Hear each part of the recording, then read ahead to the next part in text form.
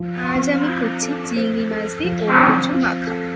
দেখো, প্রথমেই আমি চিংড়ি মাছের মাথাটাকে কেটে ধুয়ে নুন মাখিয়ে নেবো। এবারে ওল কচুটাকেও কেটে নেব, নেওয়ার পরে সেদ্ধ করে নেব। এরপর একটু শুকনো লঙ্কা ভেজে নেব। শুকনো লঙ্কা ভাজা হলে পেঁয়াজ আর রসুনটাকে কুচি কুচি করে কেটে নেব।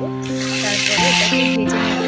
ভাজার পর চিংড়ি মাছ ভাজা চিংড়ি মাছের মাথাটাকে ভেজে নেব, আর পেঁয়াজ রসুনটাকেও ভেজে নেব। ভাজা হয়ে গেলে এবারে চিংড়ি মাছের যে মাথাটা ভেজেছিলাম সেটাকে বেটে গোলমরিচের গুঁড়ো দিয়ে নাড়াচাড়া করে নেব।